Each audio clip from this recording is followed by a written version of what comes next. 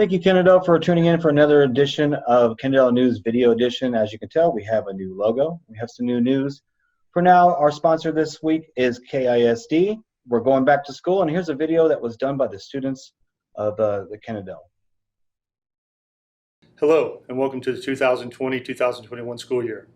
We're excited to see our students return to us in a few more weeks after a very long spring break.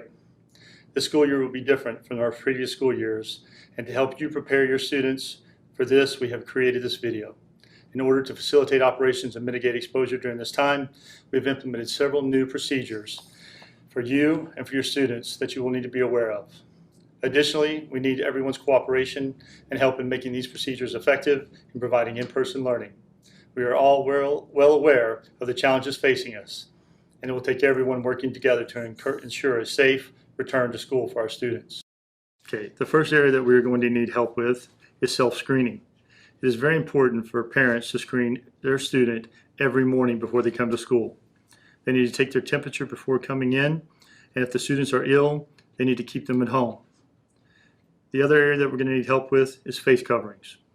Face coverings will be required at all times when students are riding on buses, entering and dismissing from the school buildings, walking or waiting in the hallways, utilizing the restrooms, standing in line for the cafeteria, when social distancing is not possible in the classroom. Face coverings must be worn properly, covering both the nose and the mouth. By now, most students likely have a face covering they are familiar with, but the district will be providing face shields for pre-K through 6th grade to be kept at school and utilized in the classrooms. Face masks will also be made available to students who do not have their own.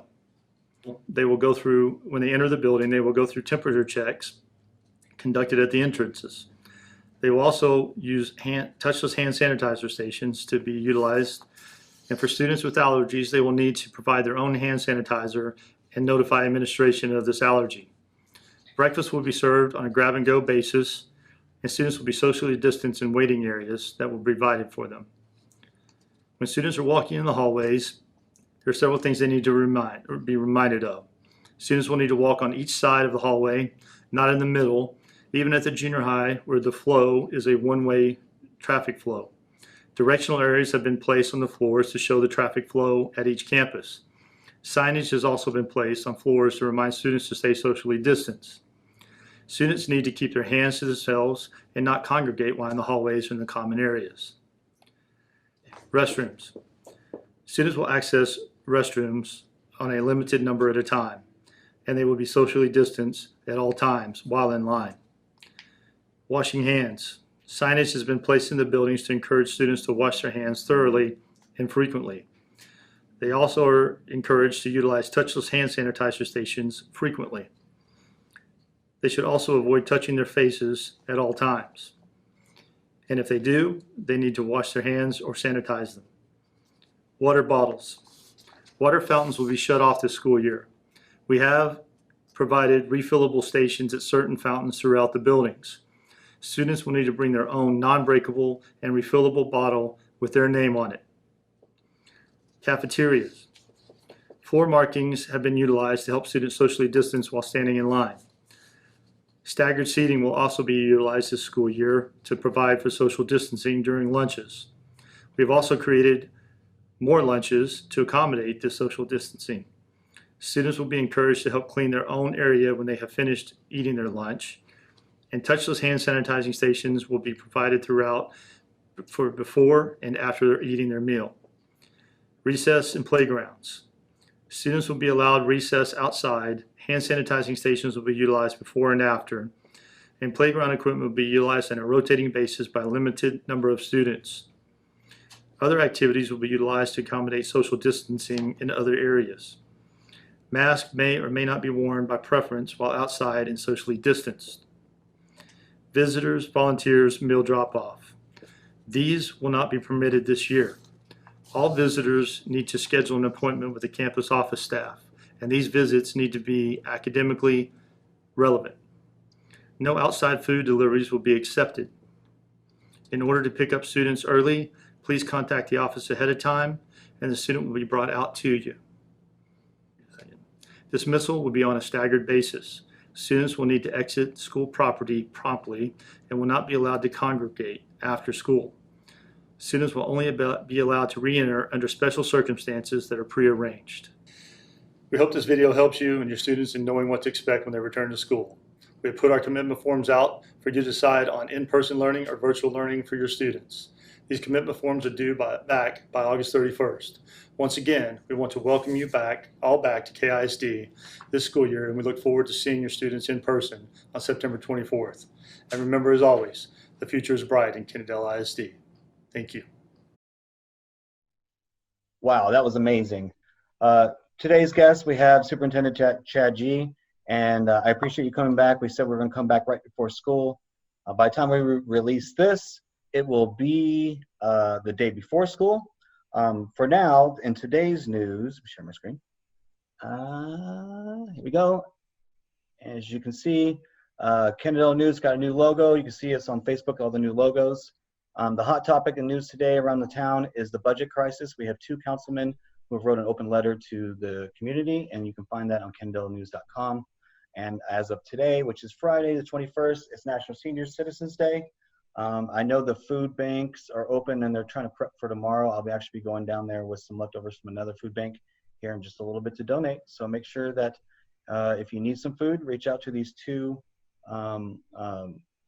places in Kennedale, which is the mission store, and then the Baptist Church also has one for seniors. So make sure you reach out and get what you need for the community. All right, Chad, let me get back to our screen.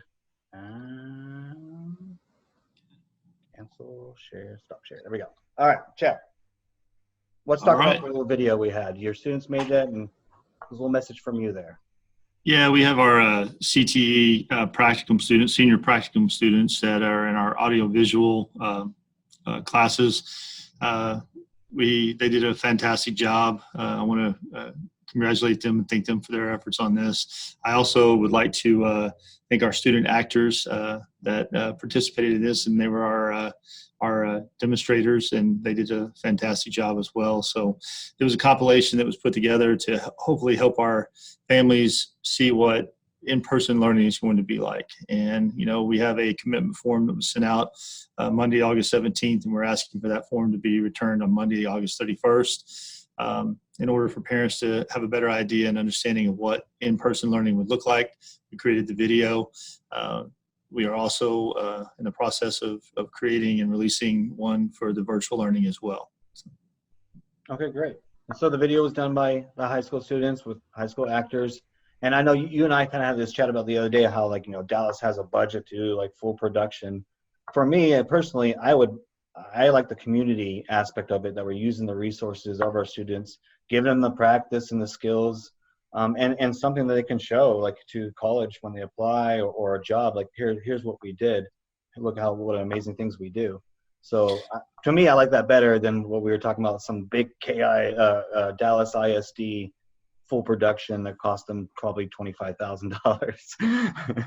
Exactly. You know, one, we don't have the funds for that, or the budget for that. But the reality is, you know, we do have a very strong CTE program in our high school, and for our size district to be able to offer the opportunities that we have to our students and the programs that we have for our students is amazing. It truly is. And we were able to do some phenomenal things out of our CTE program.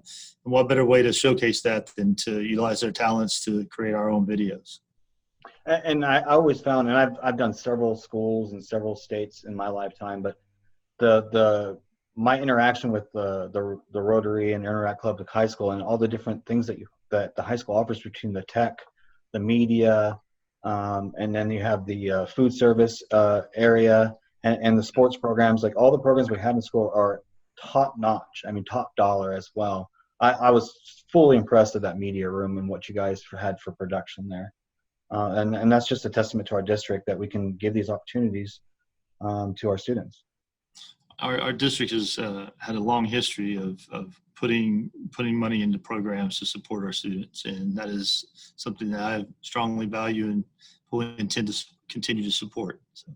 Yeah, a lot of people don't know you have a business program too, and an intro to police academy as well. So I know I'm hitting the tip of the icebergs, but one of the best high schools around for sure. I was just at our high school videoing with our CT, not director, but our teacher for our human health services and paramedics. And what we have created there this summer, we're going to be putting that on our website as well with Mr. Burke, our interview with him. We're expanding that program and, what that's going to look like with COVID-19 and how his students can help our nurses, school nurses with that. So we're trying to find very practical ways for our students in our CTE programs to still be able to do the things they need to do in the COVID-19 world. And that's important, of course. We don't want them to not have those, be able to because of this, especially the seniors. This is their senior year. They need these kind of things for that application for college to say, hey, I've been doing this, or hey, this is my year that I'm supposed to be president of the club, and I can put that on my resume. So it is important that we have these things and try to figure this out.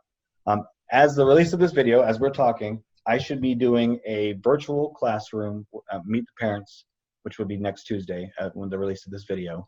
But tomorrow from this video will be first day of school. So let's go ahead and talk about that. We've kind of over the summer have talked about different possibilities and most likelies, and you and the board have talked out and a few things and voted on a few things. So let's just give a catch up of what to expect tomorrow. Okay. Well, as you know, we pushed back our calendar. Our original start date was August 12th. We felt like we needed more time with our staff to sit there and prepare them and train them and really provide the support that we felt like they were going to need coming into the virtual and in-person classroom setting at the same time. So we pushed our calendar back to August 26th. So, tomorrow will be the actual start date. We did make a decision to start virtually for the first 4 weeks. I believe that is really going to benefit our district and our students, in the fact that we were asked by the Tarrant, actually at the time we made that decision, Tarrant County Health had issued an order through Judge Whitley's office saying that, they were requesting us to stay shut down through, I believe, September 25th or 28th, sorry, 28th. And we were going to comply with that request, and then TA came out and gave us contradictory guidance, as we've had many discussions on, and we felt like our best option was to sit there and stay virtual through at least the 24th and really bring in-person learning back on the 24th of September. So that is a decision that the board and off of my recommendation decided to stay with, and that's what we did. So why rock the boat? You guys were already planning, and also why would you want to legally challenge the county, who still has the authority, even if the governor's office is saying otherwise? You guys are the one that has to flip the bill, so why even bother? There's all kinds of theories and ideas of who has more power, more authority, and all that. And quite honestly, the school districts were getting caught up in the middle of it all. And Absolutely. And we really just went with what we thought was the best decision. And right now we're pretty happy with our decision. As we are with, we didn't take up Chromebooks over the summer. Mm-hmm. We've been passing out Chromebook distribution. That's been going very smoothly. So easy. Sorry, Mansfield. It took me 2 minutes. I'm so very proud of Mr. Franklin, our director of technology, and his staff. They've done a wonderful job of planning for it. I would like to take credit and say that it was my idea not to take up the Chromebooks over the summer, but that was Mr. Franklin and his staff's idea. And it really has come to fruition to where it looks like a genius idea now. So, I kudos to them and everything that they're doing, and to all of our staff that is helping them in conjunction with passing out the Chromebooks. But it is going very smoothly right now. So do you think the district's on top of the people who need hotspots? Are you guys figured that out? Excuse me. What we have really tried to do is we have opened up, we had online registration for the first time in the school district history. And part of that was trying to automate systems so that we could reduce the contact between our staff and families. But the other thing was just to sit there and facilitate to make it faster. And the online registration, unfortunately, not every family has gotten registered, but we have opened up our campuses to have computers available for families to come in and get help to register, and really targeting those families that didn't have that access to know who they are, so that we can get those hotspots to those families. just making your net smaller, basically. That's pretty smart. So, and then from there, you guys can kind of figure out who's missing after that. Yes, and I'd like to take this time to thank the city. In conjunction with the city, they are paying for a partial part of the hotspots through their CARES Act funding. So they're trying to help. We as a partnership where they're reaching out to the citizenry that is in need, and so that was a area for that. I will say that the hotspots are going to be for qualifying families. They aren't going to be available to everyone. It's going to be families that qualify that don't have internet and don't have the resources for the internet. So, and I can already predict as an IT guy, 5G is what's going to allow this kind of situation in the future to where we don't need hotspots. That AT&T or T-Mobile can just open these up if we ever had one, let's say 5 years from now.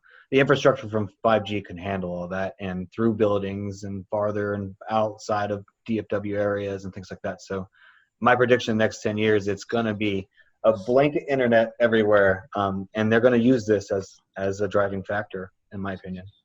And I think our government's going to have a lot to do with that, because I think the government is finally realizing what how important education is to the infrastructure of our country. And, if we don't have the internet to be able to do this, yes. We're way behind. There's smaller old satellite Russian countries that have 100 times faster internet than we do at cheaper rates. So we're definitely behind. But we're kind of focusing on wireless. So, but back to ISD. So tomorrow they're opening up their Chromebooks. Everybody's got their Chromebooks. Everything's smoothed out, and they're logging in. What can we expect? They're logging into each class with their teacher. Well, we've been very purposeful in saying that we are asynchronous in our learning platform that we're developing, but the reality is it's going to be a combination of asynchronous and synchronous together. Our students, there will be times where our students are expected to be on live with teachers, and then there will be other times where students are working independently, asynchronously on their own. But we are trying to keep that model within our school window and time frame, to be cognizant of our teachers. Our teachers have lives also. They have their own families to deal with outside of school, and they can't be on call 24/7 for families. So we're trying to set some definite office hours and times for them to be on with students, and so where they can help them in that synchronous mode and during their office hours. So what you're saying is my daughter will be logging in and maybe having some video conferences, especially in the morning, and that's how you're taking attendance. But maybe her history class on this particular day would be like, here's your homework, you don't have to log in. Yes. For instance, totally up to the teacher? Well, for instance, Monday, it may be math and science and some elective. And then on Tuesday, it would be English, history, and another electives or PE or whatever the class might be. But those would be alternating to where the synchronous activity would be on those days and not every day with that teacher.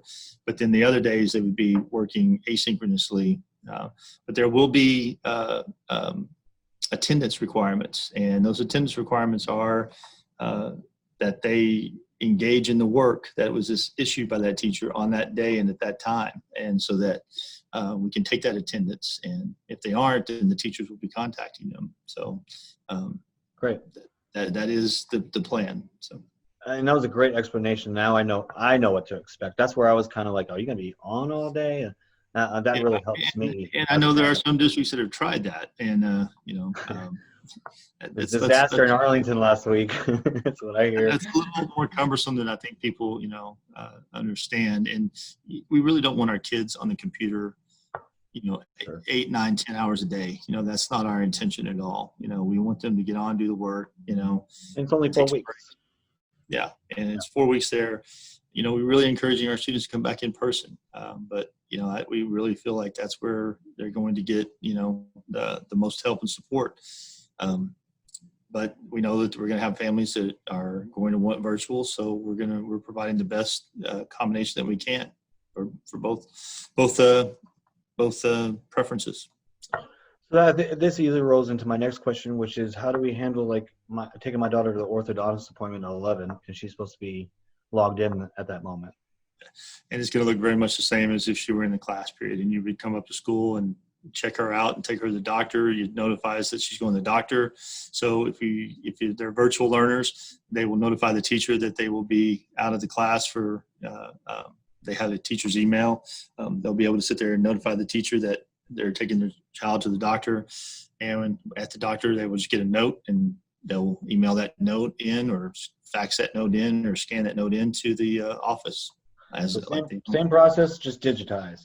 Same process, just automated. So yes, so It's digitized, automated. Yeah. oh, the information world. Yes. And so a big question when we did the live interview, and every time in the comments, was the special needs. We had like a lot of people requesting kind of information. So special needs, any different, same? Are they showing up?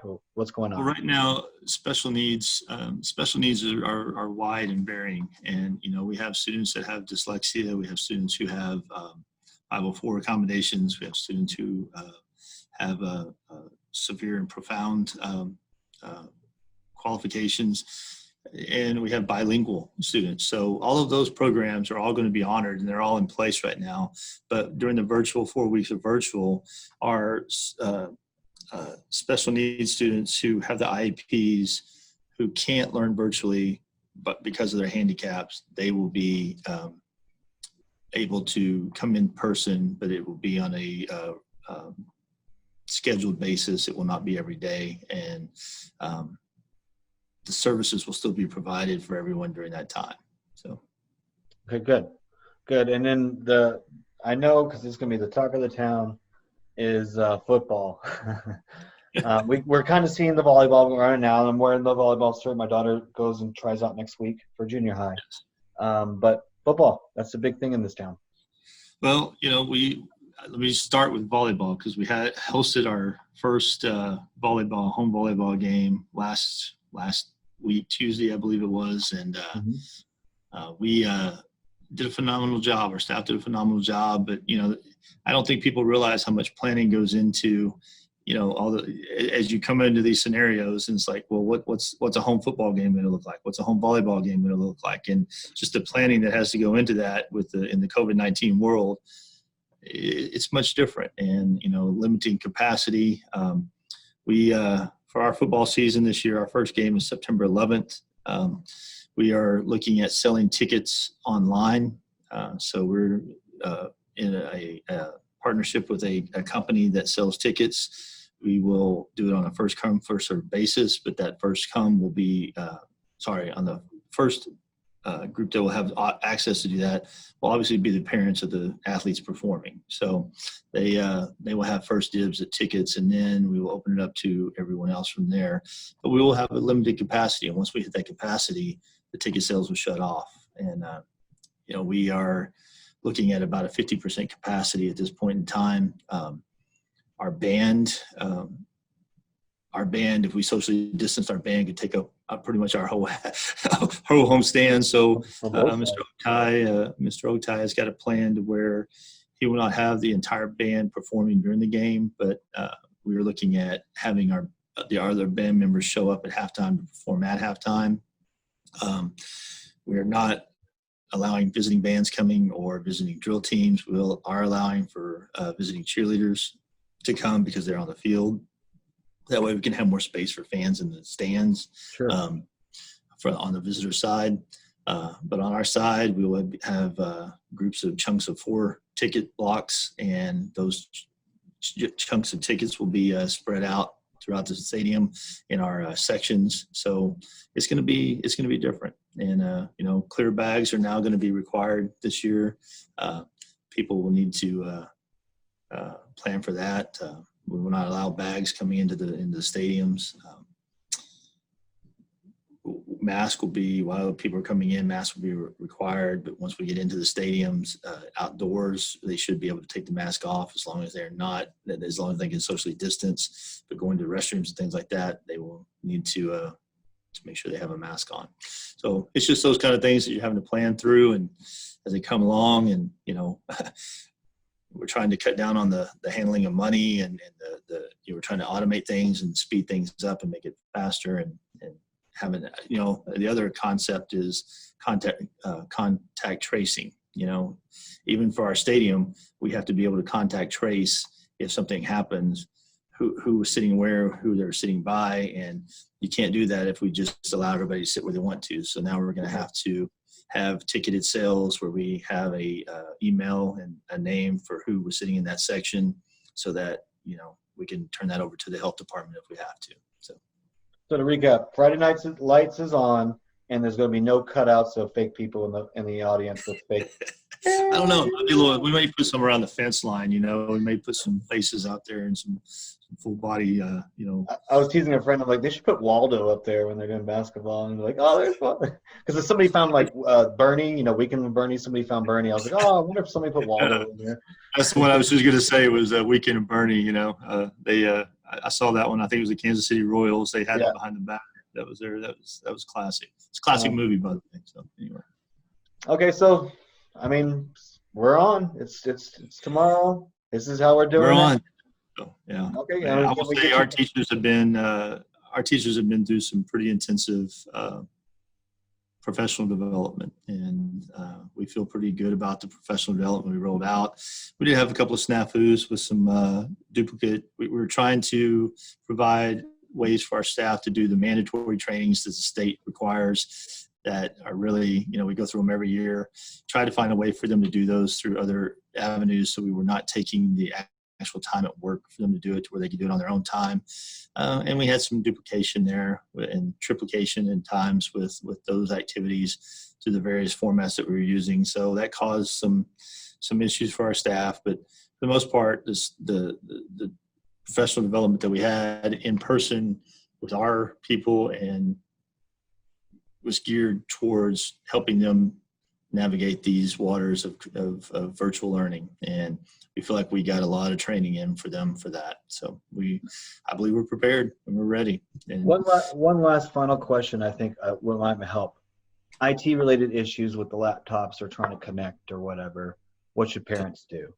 We have a helpline on our website. We have an IT helpline and questions and frequently asked questions, and we have those areas. But if you got a question, email it in and they'll get with you. And that's been in place since we started last spring. So it's still on there and it's there. And that's Mr. Franklin and his group. And, you know, they're pretty good at responding to that stuff. So we also have the Ask ISD email. If you can't get a hold of the other, send a question through there.